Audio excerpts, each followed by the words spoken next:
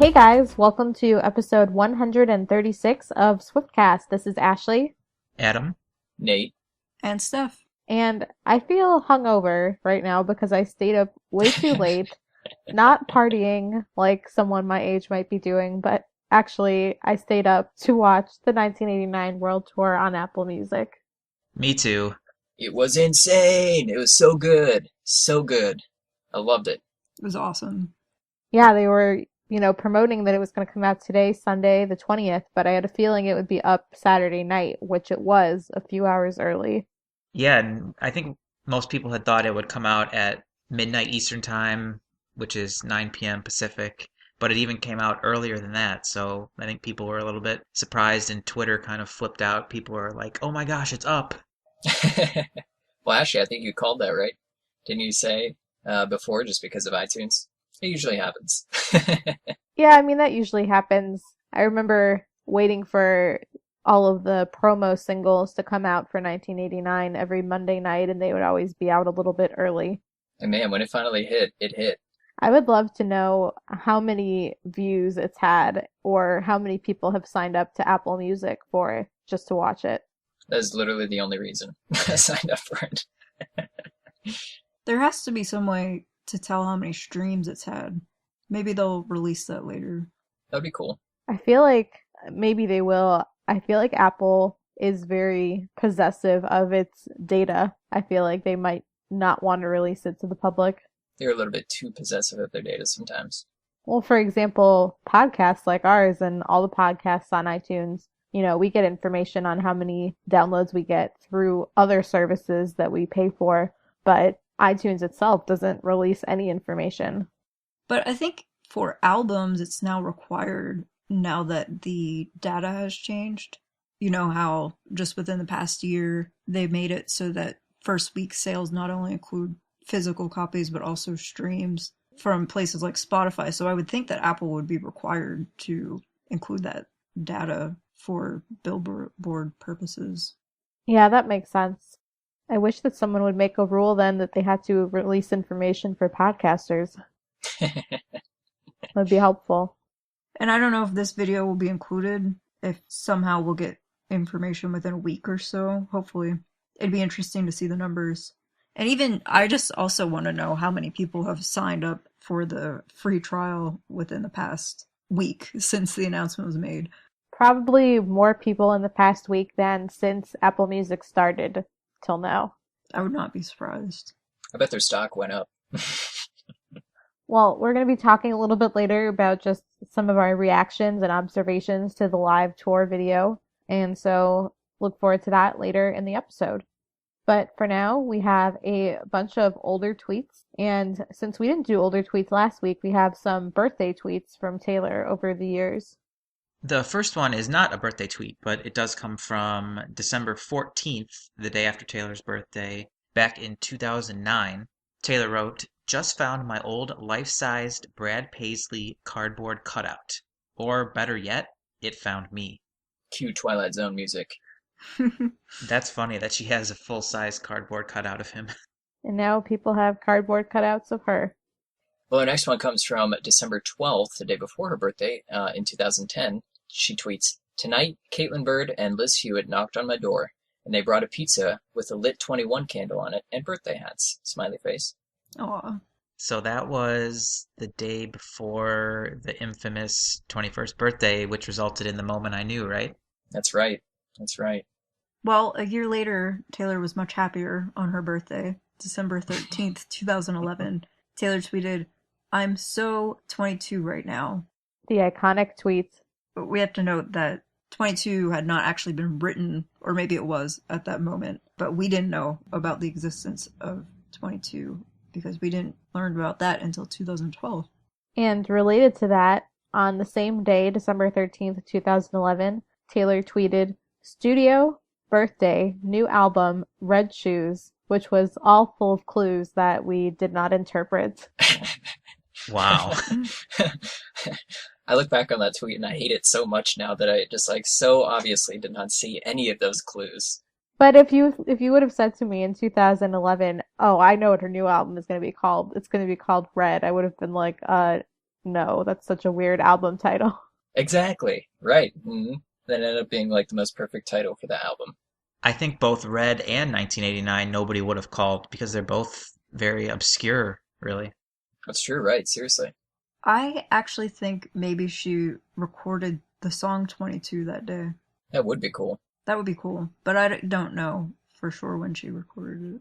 Well, I remember at some point her saying that the song was kind of inspired by, I feel like she said, spending the summer with her friends. hmm So that made me think that it was summer 2012 she wrote it before the album was announced in August. Mm-hmm. Yeah, it could be true. Our next one comes from December 13th, 2012. Taylor wrote, "The video starring the unbelievable Reeve Carney, directed by the amazing Anthony Mandler. I'm so proud of this one." And it was a link to the I Knew You Were Trouble music video. Speaking of that, that makes me wonder what's going on with the video that we know Taylor was filming several weeks ago now in Australia. I think she's gonna wait a bit. She needs to, I guess, promote the live 1989 streaming, although it sort of promotes itself. And then you have the holidays. Maybe, I don't know that she'll wait until the Grammys. Her newest thing has been releasing videos at award shows, but maybe she'll actually show up at the People's Choice Awards and do it there. It's true. She hasn't gone to the People's Choice Awards in a long time. I think at this point, and correct me if I'm wrong, but this late in December, I think if she released another single, which obviously she will, it'll be the latest single into an album that she's ever released. Is that true? I think it definitely will be the most singles released, right? I don't know about most. Let's see, what is this, the 6th? Yeah. Okay, I think Speak Now had 6. I could be wrong. I think I was thinking, I guess I'm still assuming New Romantics will be the final single, and I think if that happens, then that will be the album with the most released singles. Oh, okay. Yep, that's true. And I feel like for Speak Now, she released Ours as a single pretty late also. It was like October or November she released that, I remember. So I think even now in December, it's still later than when she released Ours, because that's the one I'm thinking of. That's the one specifically. Although I think for Red was the final single for that album. And I think I know it was released around the CMT Music Awards, probably May. But I forget which year. Was it? I think it was 2013. It was 2013, yeah. And are we pretty confident that the new single is Out of the Woods? Yeah, I heard it at the gym the other day. I haven't heard it on the radio yet, though. Yeah, I'm the same way. I haven't heard it on local radio, but I did hear it on satellite radio. Right, which is what I have at the gym. So, yeah, it's a great single. I'm excited. And then you mentioned New Romantics earlier. I wanted to ask, and I kind of feel like we might not get a tour music video. Do you think we still will? I think we still will. But that could just be me hoping. I kind of don't think so. I don't think so either at this point. It wouldn't be promoting anything. We got the awesome live tour video now. I don't know. I just don't see it happening. Who knows, though? I mean, really. I mean, anything could happen. Yeah, I think with the other albums, the tour DVDs came out after the tour videos, right? Yes, I believe so. Was there a Speak Now tour video? Yeah. Yeah, for Sparks Fly. Sparks Fly. Mm-hmm. Oh, right. I remember. No, that definitely came out before the DVD. Sparks Fly, I think, was in the spring. No, I feel like the DVD came out in November, when the tour was ending. I think Sparks Fly came out months before that. It did, for sure. Yeah, it was in the summer. Maybe early summer, yeah. So, yeah, maybe you guys are right, but I would like one because I don't like to break tradition. Oh, me too. But we'll see. You guys might be right. Maybe this is it. Maybe Out of the Woods will be the final single. Maybe. Whoa. And then we just have to wait. Well, anyway, our next tweet comes from December 14th of 2013, literally the next day, and she tweets, now I'm going to try and pronounce this right because I know you Australian Swifties will be on me about this. Our Melbourne final bows. How'd I do? Hashtag Red Tour. And she tweeted a picture of the final bows. Sounds right. Yeah, that was good. Well, thank you. On December 15th, 2014, Taylor tweeted, "Happy birthday to Alana from Haim." And then she wrote, "So happy I got to watch you blow out your candles while you were singing a scandalous/perfect rap song, as you do." And a few weeks after that, Taylor hung out with Haim in Hawaii and announced that they were going to be opening on certain dates of the 1989 World Tour. That was such an exciting announcement. Yeah, did that come up like out of the blue? Because I remember the original announcement was just Vance and Sean, and then this was obviously later down the road. So I don't know if you guys agree, but I feel like they just kind of formed a really good friendship really quickly. They went on that vacation, and then they were like, "Oh, let's add you to the tour." That was it. Mm-hmm. In the past, like as in on the Red Tour, she had several different openers, and some of them were added later. Like, you know, how she would have, obviously, Ed was at every show. And then before Ed, there was a country act who rotated to different ones. And then before even the country act, I think Austin Mahone was first. And I think she added Austin later on. Okay. Yeah, I think so. It's hard to remember. But especially with the openers, it did seem like she added them later. Well, that was fun looking back at some of Taylor's birthdays from previous years. And now we have a ton of news to catch up on in keeping up with Swift. And the first piece of news there is that Time magazine named Catastrophe, which is Taylor's character from the Bad Blood video, as the 10th most influential character of the year. I don't know what to really think about that. I don't know. I'm happy, of course. I'm surprised, also. So I guess this was a countdown of fictional characters? It must be. Yeah, that's pretty crazy when you think about how many fictional characters there are in books and movies. Seriously. Mm-hmm. So I just went and looked at this list, which is from Time magazine from December 8th, if you guys want to see it. And they honestly just took characters from lots of different types of things, not even all current movies or anything, but I just want to let you guys know that Taylor was beat out by the Minions. It's kind of funny. The Minions had the number 2 spot on the list for this year, which, I mean, I guess they are pretty influential. Well, our next piece of news, if you remember, Taylor performed in Australia at a place called Nova's Red Room, and it was a very small, you had to be invited, intimate set that was acoustic, and she recorded, well, she didn't record, but she played 4 songs for the attendees, and you can see 2 of them online. Wildest Dreams and Shake It Off have been posted.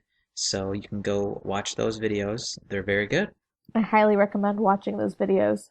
Oh my god, seriously, they're so good. Anything acoustic that Taylor does, I mean, just blows me away every single time. It's awesome to see her in front of a small audience. I hope one day I can be a part of any of those, like, intimate, sessions that she has. Just very, very rarely does she have one. But seriously, could you imagine? Yeah, I mean, it's not like you saw her on a New York City rooftop or anything. No. Okay. But I know what you mean. We've had some amazing experiences, but there's something you can't beat about Taylor acoustic. Mm-hmm. Absolutely. Yeah, I guess I have no room to talk. But even still. Well, anyway, our next one here, Taylor's song This Love was featured in a Victoria's Secret commercial during this year's Victoria's Secret fashion show, which is pretty awesome. It'll be the 3rd year, at least, Taylor has made some type of appearance. Yeah, I like that song got exposure. I meant to look up on iTunes where it was charting the day after the show, but I forgot to look. But I hope that people who maybe didn't have the song decided to download it after seeing that commercial.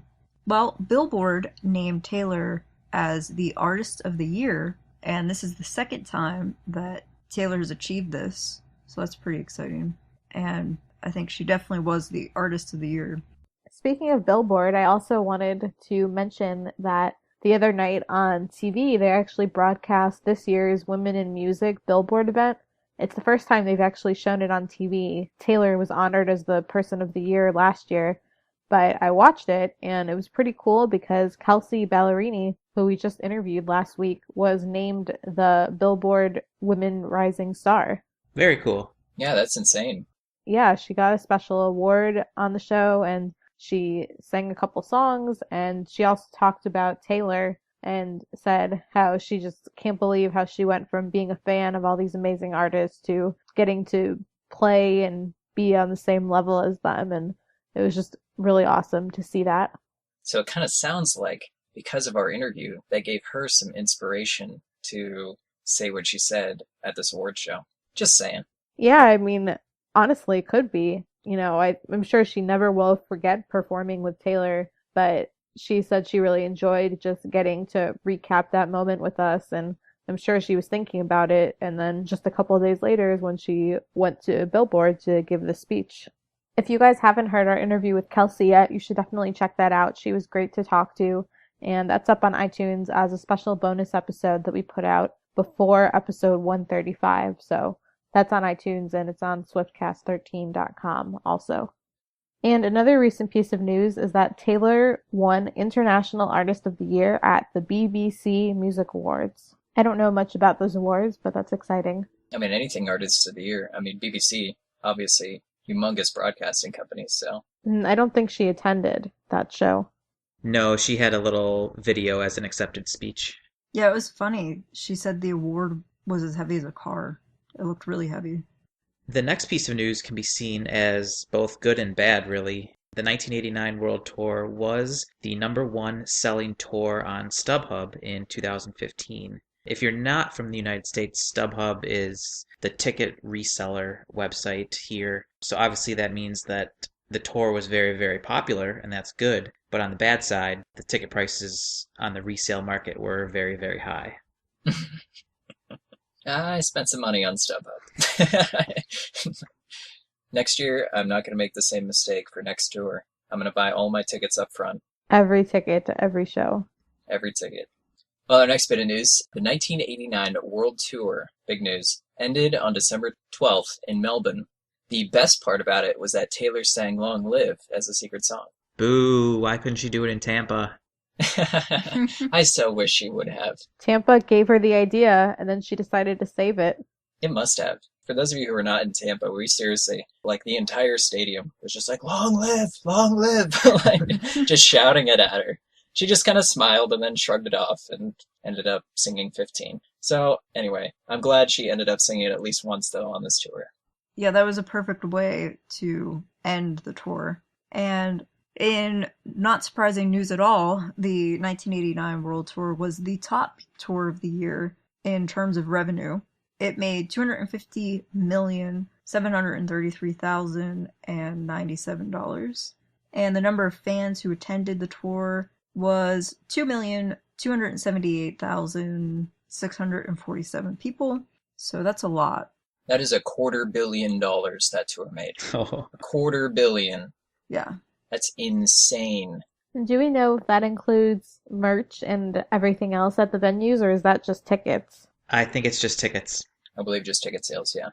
Now, as far as this number goes, I'm pretty sure this dwarfs the top tour sales. Am I right when I say that? Last I checked, I thought it was U2, and I thought that they were like 170 million, maybe something like that.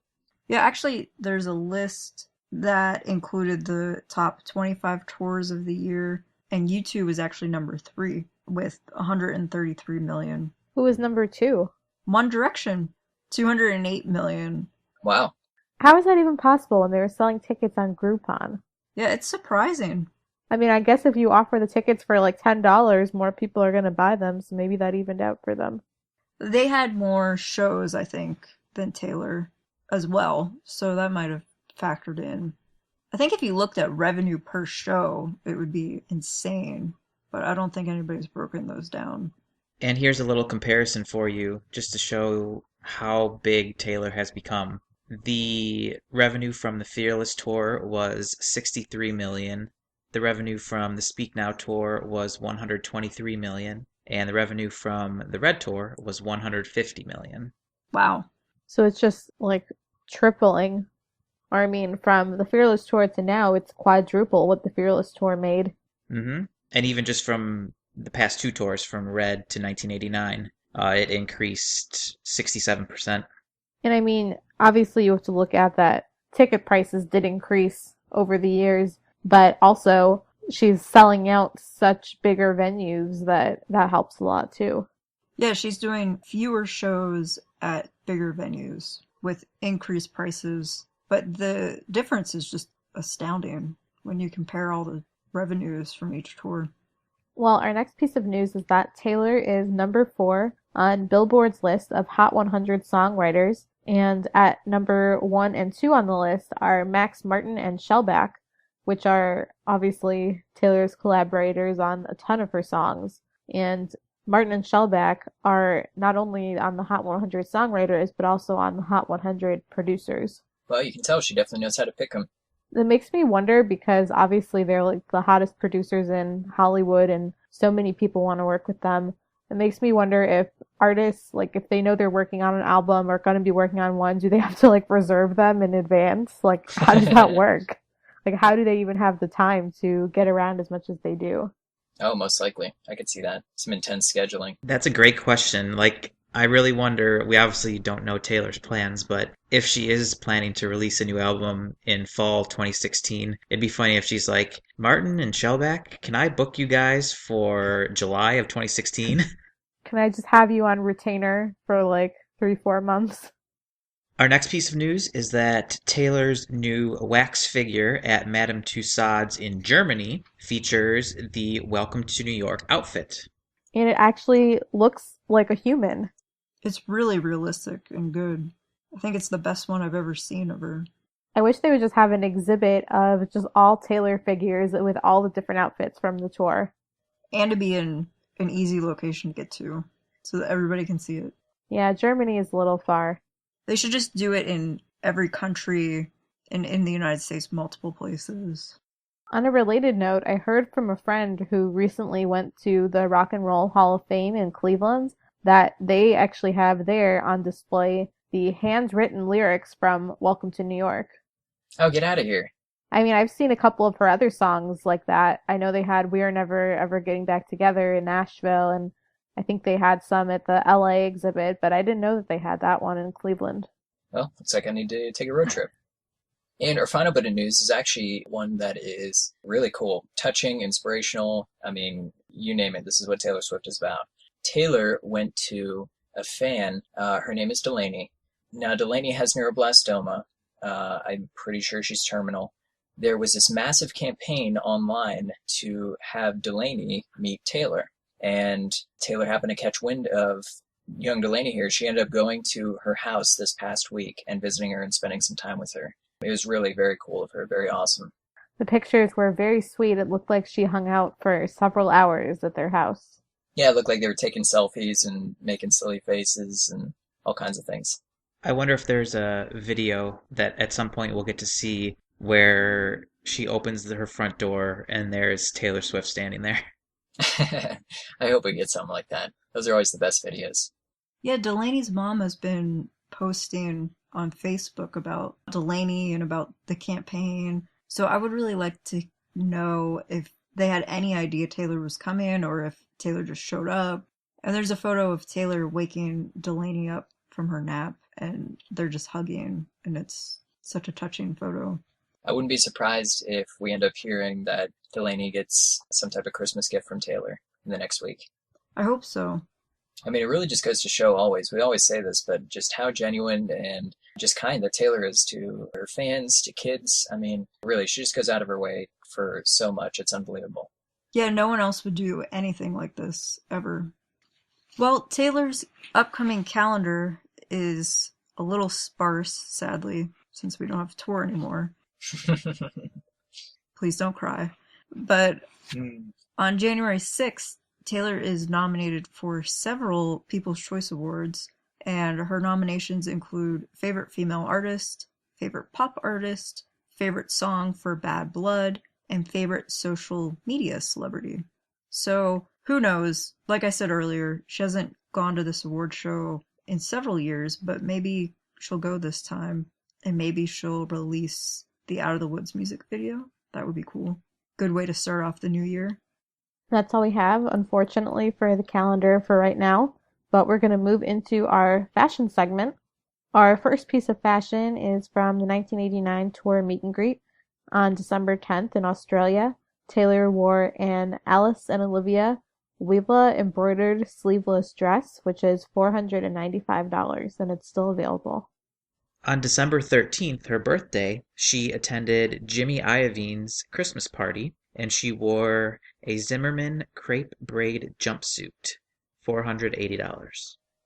I love that I keep getting these Australia ones. This is awesome.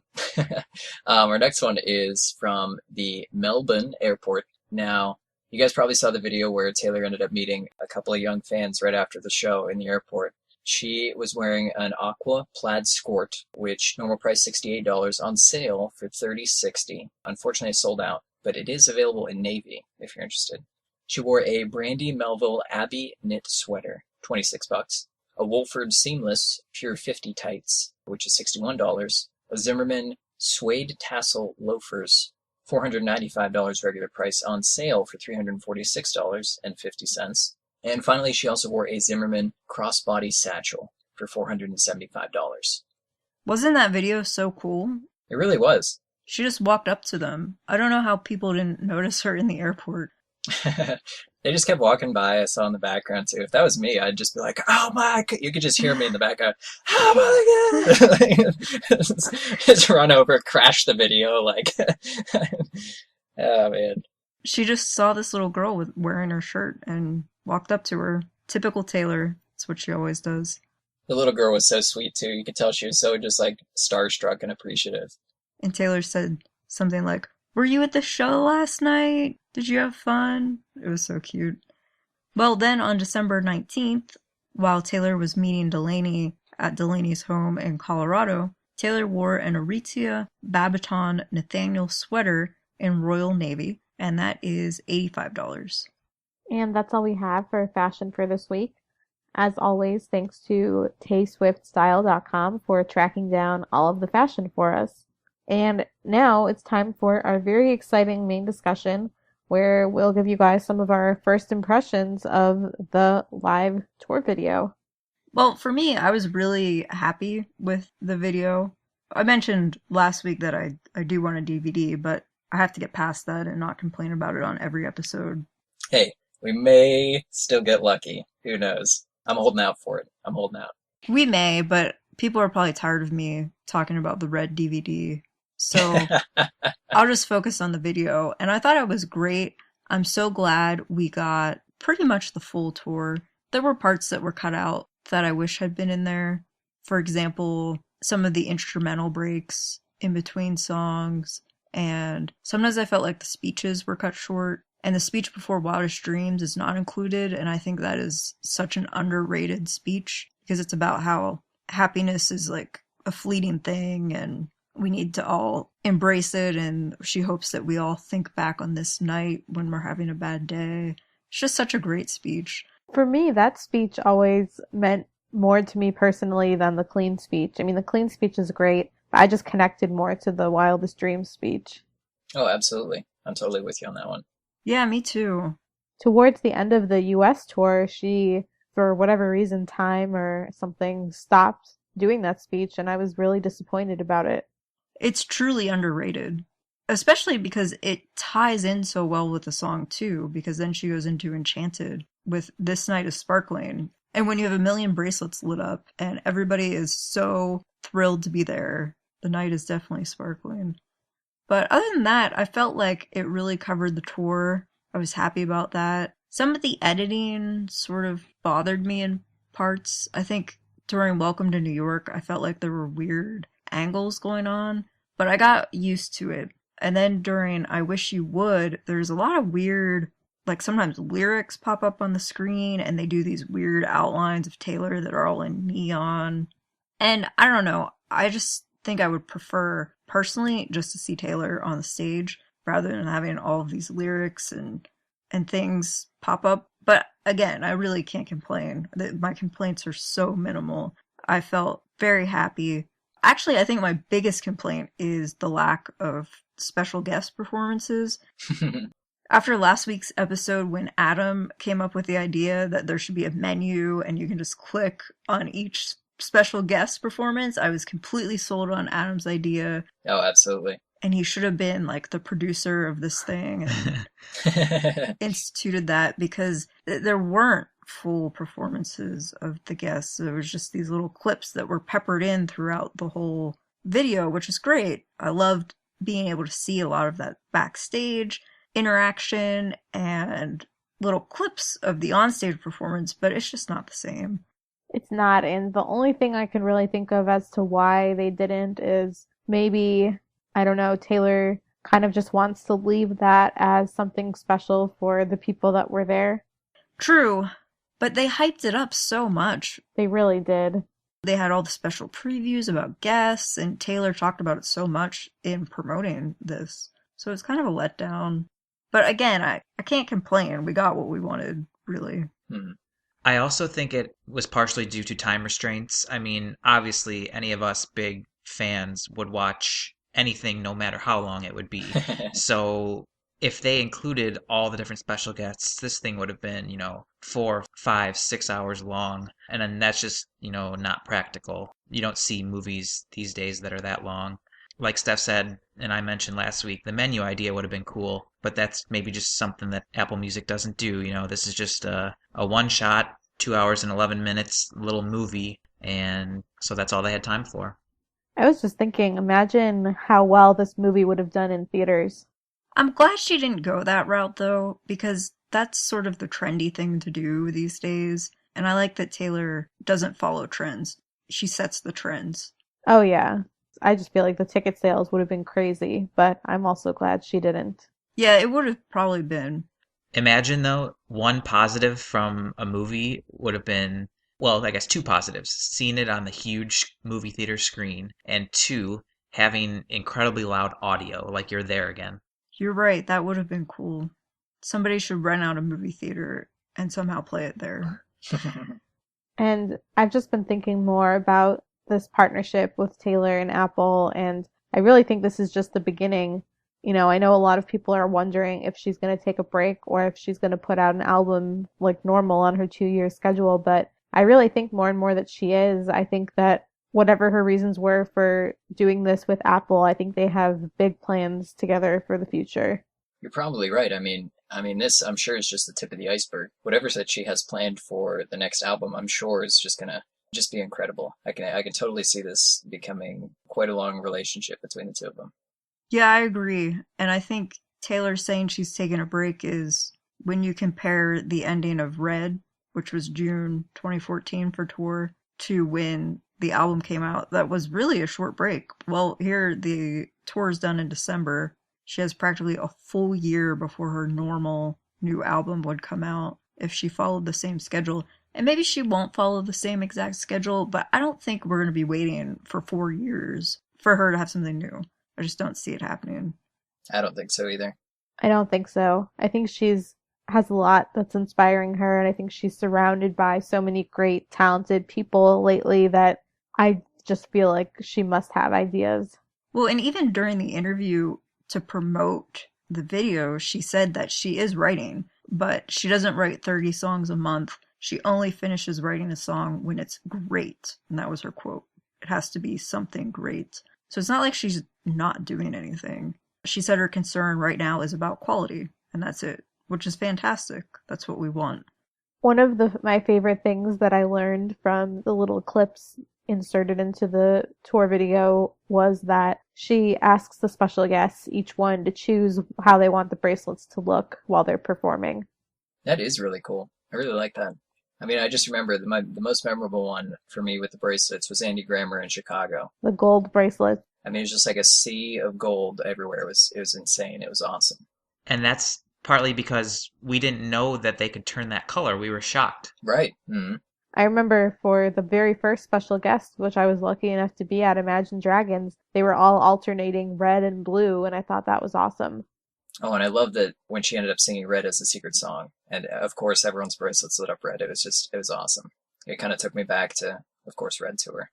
The other thing that was cool with special guests is she said that she wanted each special guest to feel like this was a huge deal and that Taylor knew it was a huge deal. And so not just asking for the bracelets, but saying, do you want to dance for this? Where do you want to be lifted up? Do you want the back lift? Do you want the front lift? And then with Justin Timberlake, she was talking about pyro.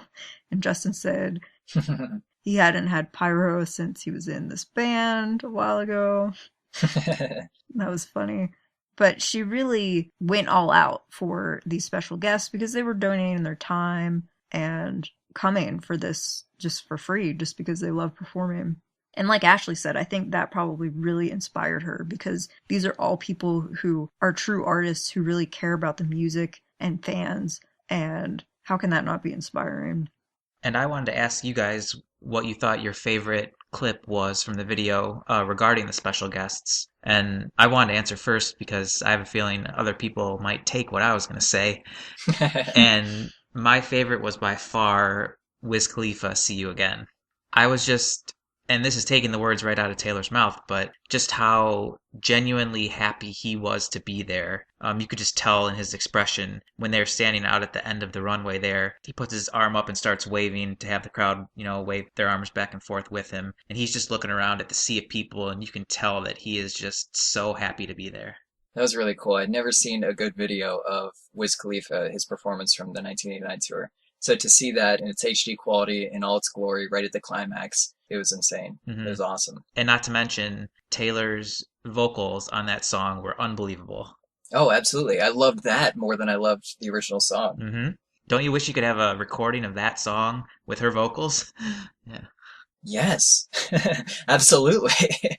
I definitely do. And what I was going to say just about the whole thing, both the tour and the special guest clips, as much as it was annoying at the time, it sort of made me more understanding of how they've been deleting everything off of YouTube all along because there's really no comparison in the quality. That's true. It's very true. There's not. Oh, how if you were able to see the YouTube clips of all these, that the quality would be poor?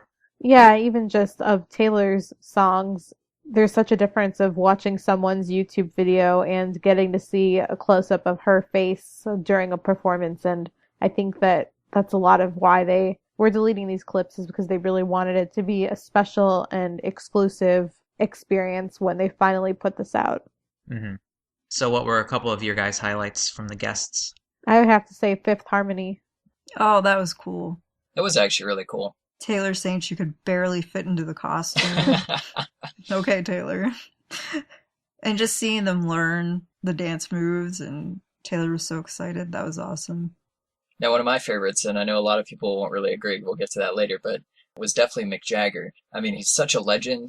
I would so have loved to see that performance. I'd have been right there alongside concert grandma, screaming and cheering when Mick Jagger came out, so...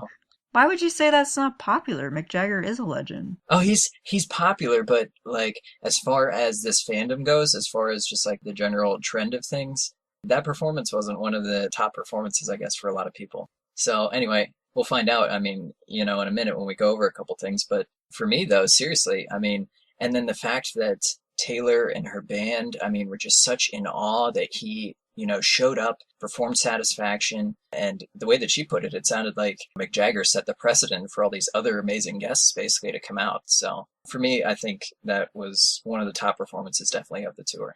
Oh yeah, definitely. For me too. You guys all stole mine. No. I also really loved Alanis Morissette, and I wish I could have seen more of that. And even with Miranda Lambert, it was so short, but I didn't realize until Taylor talked about it that Miranda came up on a throne of the dancers. I didn't even realize that, but that was pretty funny. And Mary J. Blige was also really cool because Taylor was so inspired by the song Doubt, and their performance of it was just spectacular.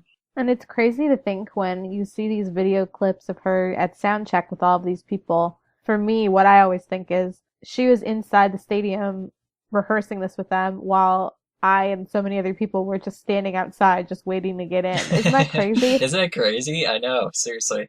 Just like anxiously awaiting sound check, like trying to see if we can hear anything, but we can't. Yeah, especially when she started to turn the volume down so you really weren't able to find out.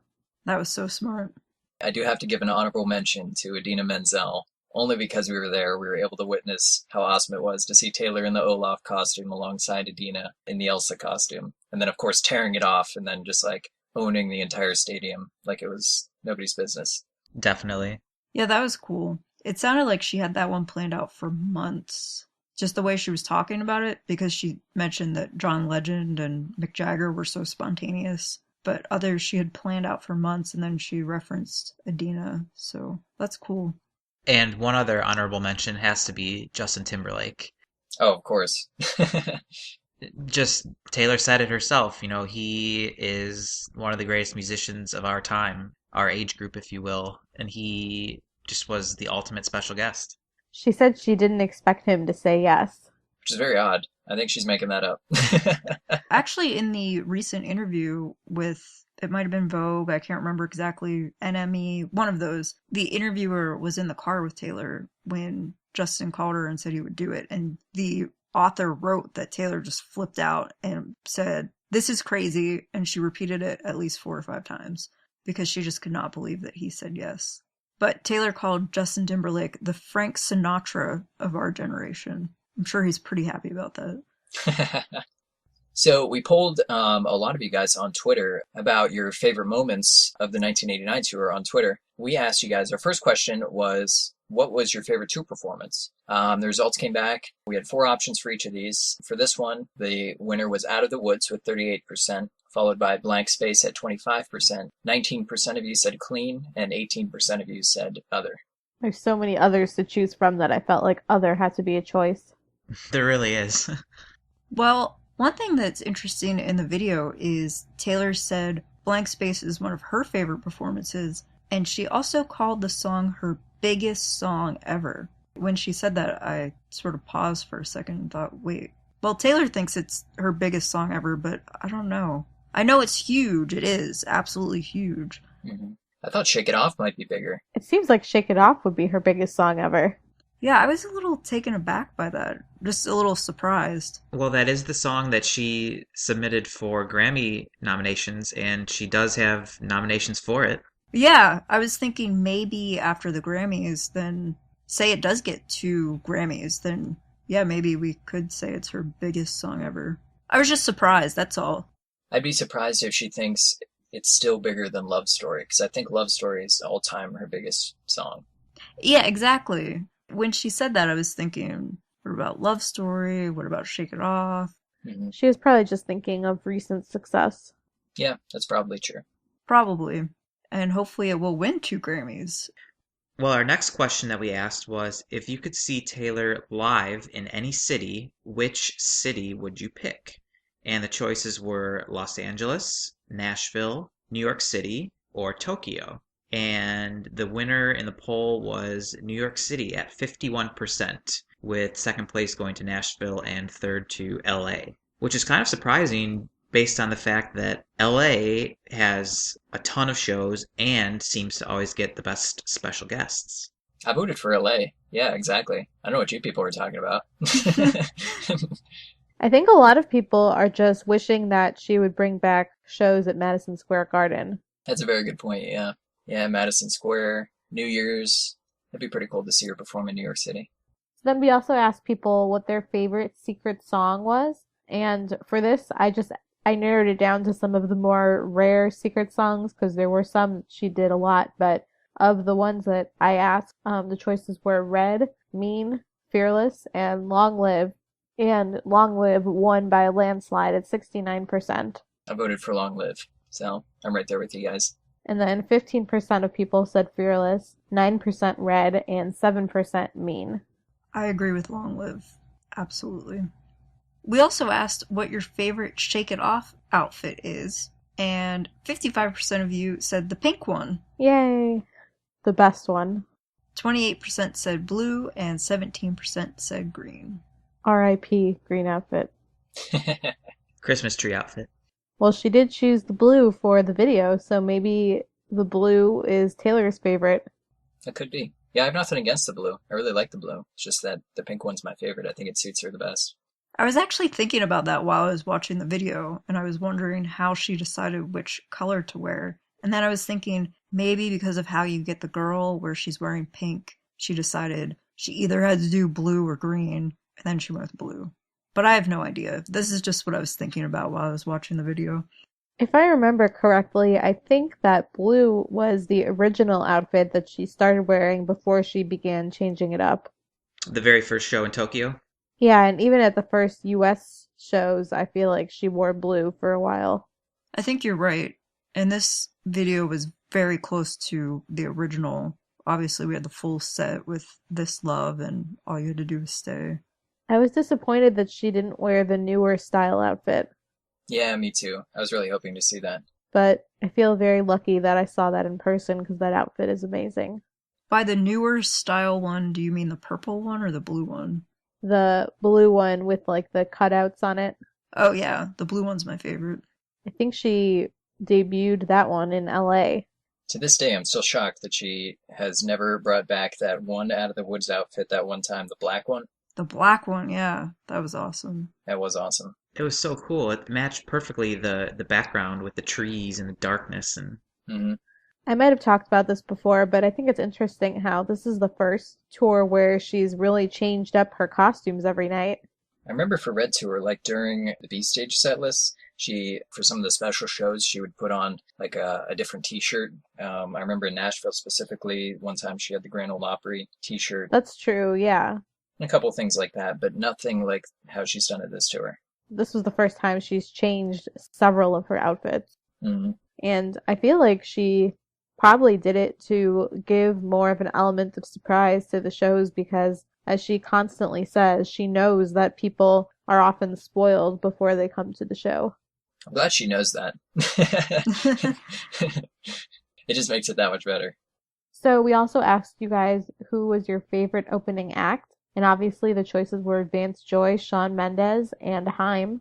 And 47% of you said Vance, 40% said Shawn Mendes, and 13% said Haim, which I was surprised about, but I guess also a lot of fans didn't have the chance to see Haim since they were only at certain shows. That's true. I'm pretty sure, and probably nothing against Vance Joy or Shawn Mendes, but we were fortunate to be able to talk to Amos in the pit in Chicago. And from the way he was making it sound, I mean, he came out during Haim's set list to see them perform. The way he was making it sound, they were his favorite as well. Yeah, they were all really good. I just thought that Haim really fit sort of the theme of 1989. Their style of music even sort of sounds 80s, and their group of girls just killing it, which is awesome. But I loved everybody. And back to what we were saying earlier about how Taylor added them on later, I think maybe she realized that they were a good opportunity to bring in more girl power and more 80s sound to the tour. Yeah, they really fit perfectly. I wish they could have done more shows. But at least now we all know about them, because I actually didn't know about them at all before. Yeah, me neither, honestly. And the final question that we asked you guys was really an impossible question, and that is, who was your favorite special guest? And there were obviously so many special guests, and we were only able to throw in 4 choices. And the choices we gave were Justin Timberlake, Idina Menzel, Mick Jagger, and Selena Gomez. And the results came back 43% for Selena, and then in second place, Justin. In third, Idina Menzel, and in fourth, Mick Jagger. Mick Jagger only had 5% of that vote. I do not know how. Yeah, that's very low. I actually thought Justin would win this. I really did too, as soon as we put it out, yeah. Yeah, I'm surprised Selena did as well as she did, but I know there were a lot of crossover fans between Taylor and Selena, so. Yeah, there really are. And they've been friends for so long. It's almost like they're a package deal. Well, it was just really hard to pick a favorite for any of these because honestly, the whole tour was just perfect, and I think I will miss it forever. Oh, yeah, I think this tour I'm going to be the most sad about seeing it go, of all of her tours. absolutely. I mean, I really enjoyed the Red Tour, but when I went to the 1989 tour, it's not like I was like, oh, where's the 22 performance? I miss it. I mean, I do miss it, but, didn't really think about it. But I feel like when I go to the next tour, I will definitely be missing some of these. Oh, yeah. All of them, really. It's hard to think that a lot of these songs won't even be performed on the next tour. It's very depressing. Honestly, I feel like there's a chance that only Shake It Off and Blank Space could make it. Oh, that's depressing. That's my prediction as well. Maybe Wildest Dreams in a mashup or acoustically because it was a single. But even among the singles, she can't keep all of them in the set list. She never played 22 on this tour. No. We'll have to see how Out of the Woods does. She clearly loves that song. It's one of her favorites. I think for one song out of her next set list, she needs to do like this super mashup of just like some of the best songs and really just kind of tie them all together into one big 6 to 8 minute set. I think that would be really cool. The next tour should just be all mashups. Like the first 15 minutes can be debut album, then Fearless, Speak Now, Red, 1989, and album whatever it is. Album 6? You heard it here first, people. Well, like Taylor said, this tour ended, I guess, at the right moment because everybody still loved it so much, and now we have a chance to relive it, which is great. And did you guys get to see the little clip that happened after the credits? Oh, yeah, the bloopers. So, since Steph and I were the only ones that saw that, we just took a little pause and Nate went and watched it. So, Nate, what did you think? And can you explain a little bit about what it was? Oh my God. First of all, how did I miss that? Second of all, it was so funny. So Taylor's like, there's hella drilling going on in the next room. You just hear in the background, all these bloopers and things. She's like, I don't know, maybe I'll take a mixology course, learn how to make a good drink. Maybe I'll just eat carbs for the next few months. I don't have to wear crop tops. Then she's like, they're building a house next door, I'm sure. She's like, anyway, it was really funny. And then, of course, at the very, very end, you see the final tour video that she plays up on the big screen of Meredith and Olivia. So if you guys have not checked that out, definitely go do that. So, as of right now, we only know that Taylor's future involves carbs and making drinks. I think the biggest question I'm wondering about, which we'll find out whenever we find out, is what is her next hairstyle going to be? Just bring back the curls. I could see that. I'm still going with long and darker. Maybe not as dark as in Wildest Dreams, but darker. Maybe she'll go goth like that CSI episode. Well, we definitely want to hear what you guys thought of the tour video. And this is actually going to be our last full-length episode for 2015. So no new episode next week, but we'll be back the following week. And on our next episode in 2 weeks, we actually will have sort of a look back at all of Taylor's best moments from 2015, outside of just tours, just a look back at the whole year. So we have that to look forward to. And hopefully you guys have all had a chance to watch the tour video. If not, hopefully you'll have time soon with the holidays and having some downtime. So when you do, make sure you tweet us and tell us what you thought. And you can tweet us at Swiftcast13, or you can go to facebook.com/theswiftcast. We're at instagram.com/theswiftcast13. And everything's on our website at swiftcast13.com. And just a reminder about our older episodes. On iTunes, they will only show you our last 100 episodes now, so if you want to listen to anything older, make sure you go to our website, swiftcast13.com, and you can find all of them there. Newly redesigned website, thanks to Nate. Yeah, we added some new pictures and changed a few things, so check it out. It looks pretty awesome. If you're not subscribed to us on iTunes, make sure you hit the subscribe button, and that downloads the latest episodes for you automatically, so you never have to search, and you just get them right away on your phone, iPod, or any other device. So definitely write to us. We'd love to hear from you over the next couple weeks before we kick off another year of Swiftcast. So do you guys have any predictions for how Taylor will spend Christmas and New Year's? Well, I don't know how she'll spend Christmas or New Year's, but I do have a bold prediction. And my bold prediction is that, assuming Out of the Woods is the next single, and that's what she was filming in Australia and New Zealand, I will say that either on Christmas Day, New Year's Eve, or New Year's Day, one of those 3 holidays, she will release the Out of the Woods music video. I agree. I think, honestly, one of those holidays she's going to do it. That'd be cool. It'd be a nice extra present since she already gave us the live 1989 tour as a gift.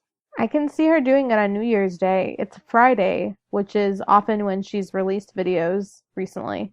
I think that she'll probably spend Christmas in Nashville and go to LA for New Year's. Probably just sort of a quiet Christmas. Maybe no drones this year with Austin. I kind of agree. And hopefully, I'm hoping for New Year's she'll see Abigail, because it seems like a yearly thing that they get together for New Year's. So that would be good. I think for Christmas or Christmas Eve, she's going to go back to Why I'm Missing and visit that Christmas tree farm and pick out a Christmas tree. That's what I think. That would be pretty cool. And then she'll also have to pick the bugs off of it. All those praying mantises. Manti? I don't know. No.